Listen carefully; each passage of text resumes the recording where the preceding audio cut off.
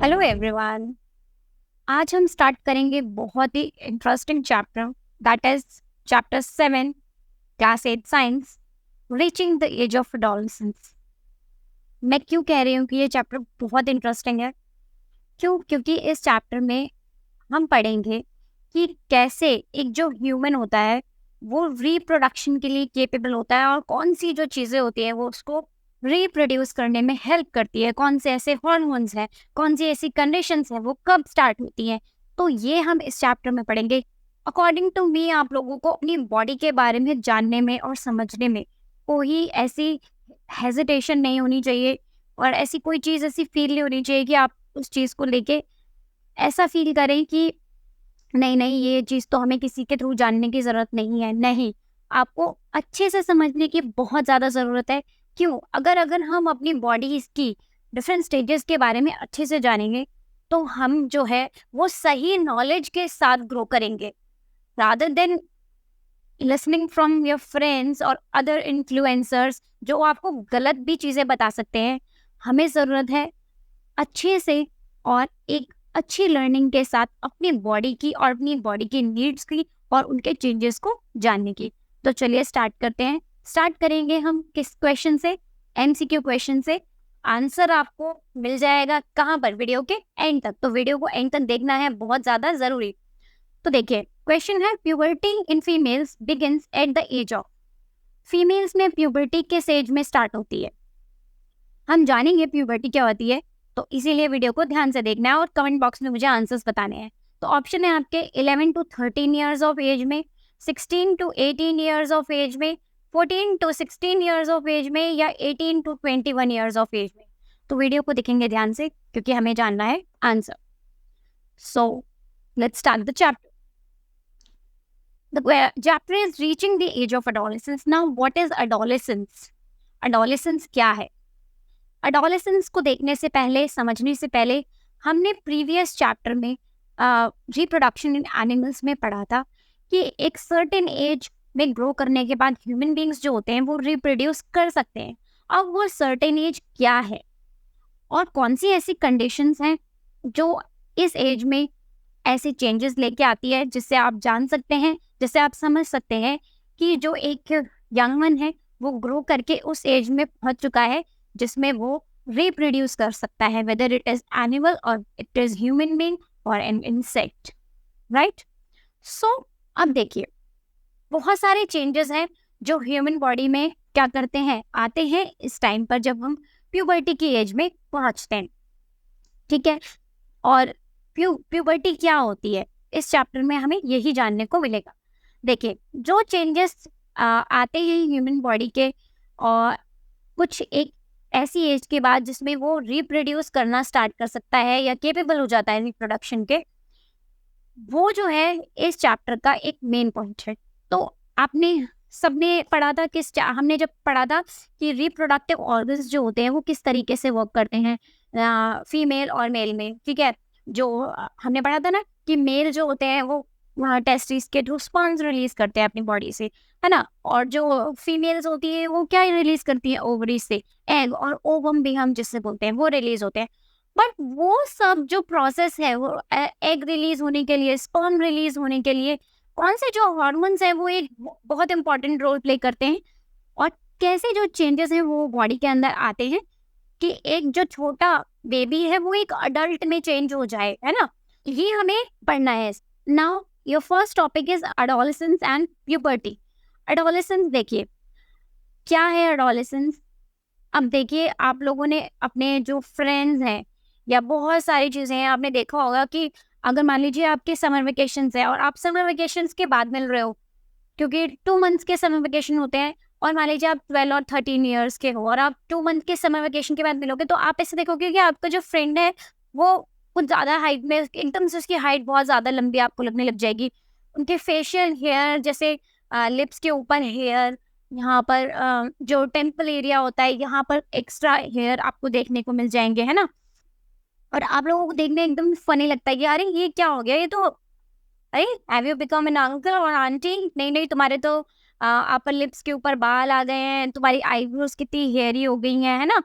But this is all the changes. Boys जो होंगे वो एकदम से ऐसे ग्रोन अप लगेंगे, बहुत लंबे हो जाएंगे हाइट में, उनकी जो चेस्ट होंगी वो ब्रॉड लगने लग जाती है। और ये ऐसे चेंजेस होते हैं जो बिल्कुल क्या है, नोटिसेबल होते हैं। आपको देखने में लगेगा कि हाँ, मैंने जिस इंसान को देखा था वो ये नहीं है, या जो जिस भी 10 से 12 साल के बच्चे को मैंने देखा था ये वो नहीं है, ये तो बिल्कुल ही चेंज हो गया है ना। तो ये जो सडन स्पर्ट्स होते हैं ग्रोथ में और जो नोटिसेबल होते हैं after crossing the age of 10 और 11, इनको हम जो चेंजेस को देखते हैं at the age of growing up, ये हमें इंडिकेट करते हैं कि एक जो चाइल्ड है वो चाइल्ड नहीं है, अब वो क्या हो रहा है, वो एक अडल्ट मतलब बनने की तरफ बढ़ रहा है। ठीक है, अब ये कितना टाइम लगता है, इस पीरियड को क्या बोलते हैं जिसमें ये चेंजेस टेक प्लेस करते हैं, यही जो आंसर्स हैं आपको आगे मिलेंगे। तो ये एक बहुत ही स्ट्रेंज पीरियड होता है लाइफ का। क्यों? क्योंकि आप ना एक बच्चे हैं और ना ही एक अडल्ट हैं। तो इसमें बहुत ज़्यादा कंफ्यूजन होती है बच्चों को भी कि अब हम अपने आप को बड़े बड़े लोगों में गिने या हम बोले कि नहीं हम तो बच्चे हैं। तो इसीलिए इस जो फेज को बिटवीन द चाइल्डहुड और अडल्टहुड को कुछ स्पेशल नाम से या कुछ स्पेशल डेफिनेशन से हम समझते हैं। तो सबसे पहले मैं आपको जो स्टेजेस हैं ग्रो करने की, उनके बारे में थोड़ा सा दिखाती हूँ कि देखिए stages of growth and development हम किस तरीके से देख सकते हैं। सबसे पहली जो स्टेज होती है वो प्री टर्म न्यू बॉर्न होता है, जो एक बेबी जो बिल्कुल नया बॉर्न होता है। ठीक है, ये न्यू बॉर्न है जो 0 to 28 डेज का होता है। इसके बाद जो एक इन्फेंट होता है वो 28 डेज से बड़ा और 12 मंथ तक का होता है। उससे जो 1 साल तक, 1 साल के छोटे बच्चे होते हैं, 1 साल तक के बच्चे जो होते हैं उनको हम इन्फेंट बोलते हैं। टॉडलर्स होते हैं जो 2 साल से छोटे होते हैं लगभग, उनको हम टॉडलर्स बोलते हैं। 1 साल से बड़े और 2 साल से छोटे, दे आर टॉडलर्स। अब प्री स्कूल वाले जो होते हैं वो होते हैं 2 से 5 साल के जो बच्चे होते हैं उनको प्री स्कूल वाले बच्चे बोलते हैं। और जो स्कूल एज चाइल्ड होते हैं वो 6 साल से 11 साल के होते हैं। और जो 12 से 18 साल के जो बच्चे होते हैं, इस एज के बच्चे जो होते हैं उनको हम अडोलेसेंट्स बोलते हैं। क्या बोलते हैं? अडोलेसेंट्स। तो ये कुछ डिफरेंट स्टेजेस थी जिसमें हम जान सकते हैं कि कहाँ से अडोलेसेंस स्टार्ट हो रही है। तो आपकी जो 11 से 18 तक की एज है वो किस तरीके का पीरियड है, वो अडोलेसेंस का पीरियड है, वो प्यूबर्टी का पीरियड है। फाइन, तो इस स्टेज को हम किस नाम से जानते हैं? इस स्टेज को हम जानते हैं अडोलेसेंस के नाम से। क्यों? इसमें क्या हो रहा है और ये एज स्टार्ट कहाँ से हो रही है? 11 से स्टार्ट हो रही है। दिस एज स्टार्ट्स फ्रॉम 11 और last up to 18 to 19 years of as.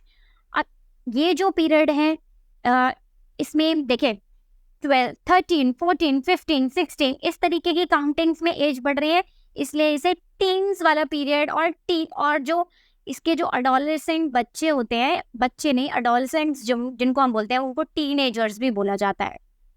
ठीक है, आपने सुना होगा ये वर्ड टीनेजर्स। तो जो बच्चे 12 से लेके 18 और 19 ईयर्स तक की एज में रहते हैं उन्हें टीनेजर्स भी बोला जाता है। अब नाउ हम आते हैं वापस कहाँ पर? अडोलेसेंस के ऊपर। तो देखिए ग्रोइंग अप जो है बड़े एक छोटे बेबी से लेके 1 डे से जो एक ग्रोथ स्टार्ट होती है वो कहाँ तक होती है? लाइफ लॉन्ग होती है, वो चलती रहती है। ठीक है, और ग्रोथ जो होती है वो फर्स्ट डे से ही स्टार्ट हो जाती है जब एक बेबी जो होता है वो ग्रो करना स्टार्ट करता है। अब जो इस पीरियड को हम बोलते हैं लाइफ के पीरियड को, when the body undergoes changes leading to the reproductive maturity. Reproductive maturity, why we are using this word maturity?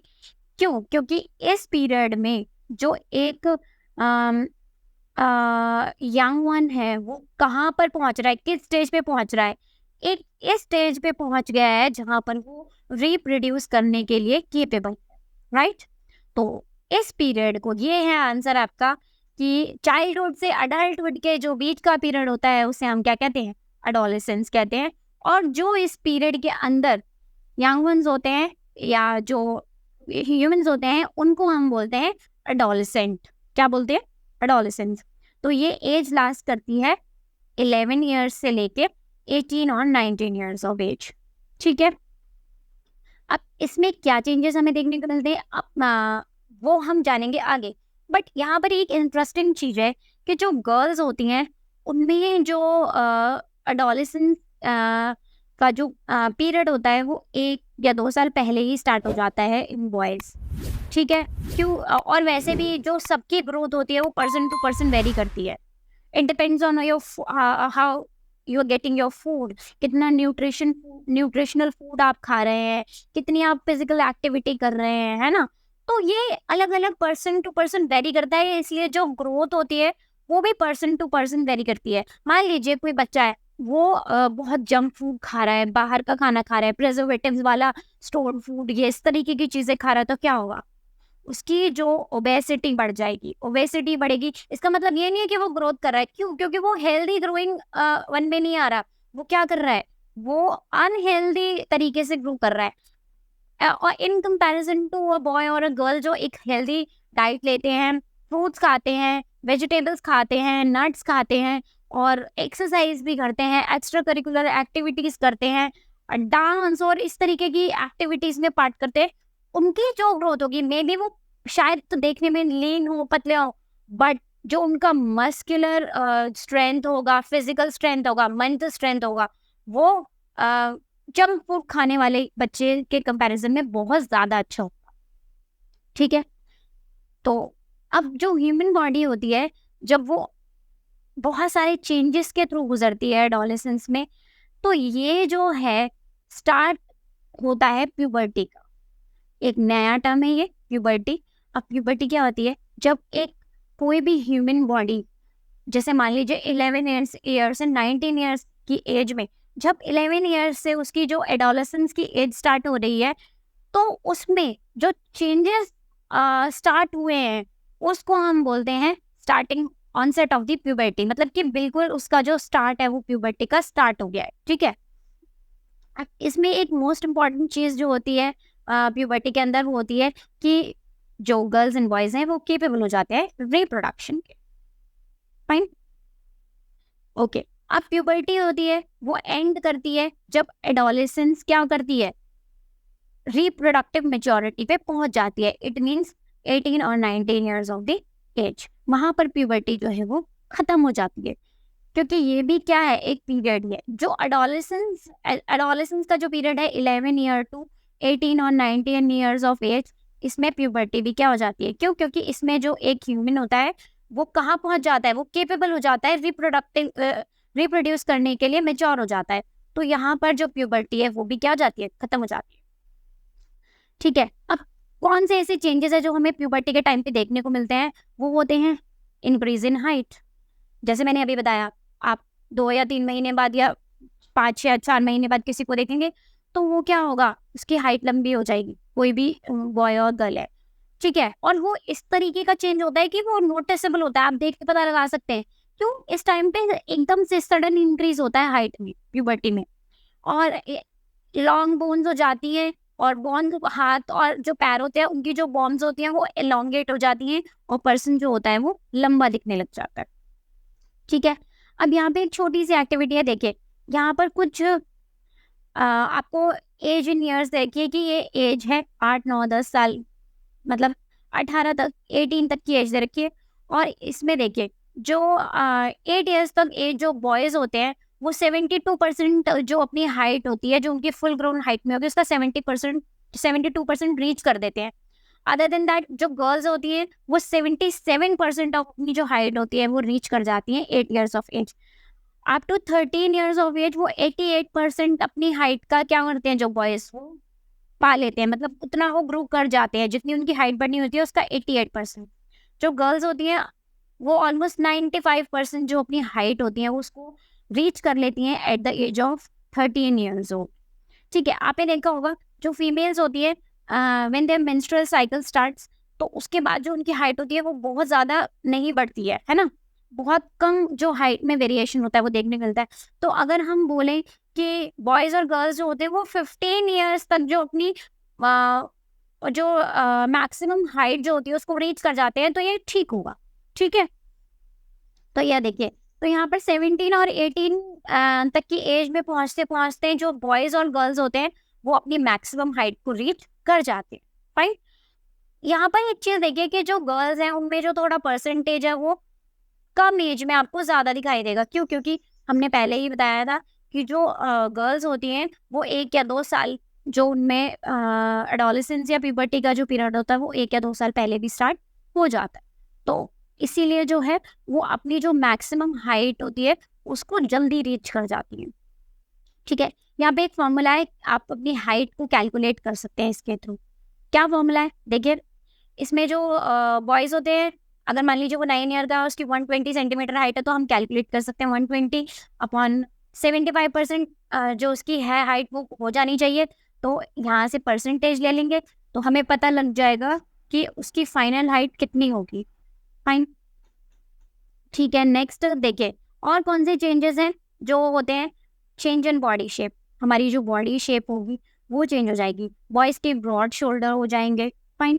और जो गर्ल्स होंगी उनकी जो वेस्ट के नीचे का जो रीजन है वो वाइड हो जाता है। और मैंने आपको बताया अपर लिप्स के ऊपर हेयर ग्रोथ हो जाना, ठीक है। और जो बॉयज़ होते हैं उनमें जो मसल्स होती हैं बॉडी की वो ज़्यादा जल्दी ग्रो कर जाती हैं, फाइन। तो ये जो कुछ चेंजेस होते हैं ये नोटिसेबल होते हैं और हमें देखने को मिलते हैं। तो नेक्स्ट जो वॉइस चेंज वाला जो चेंज है उसको हम नेक्स्ट वीडियो में पढ़ेंगे। This is the end of this video. I hope आपको समझ में आया होगा मैंने आपको क्या समझाया है। मैं बहुत इंटरेस्टिंग तरीके से समझाने की कोशिश करूँगी। So be with me. Thank you so much.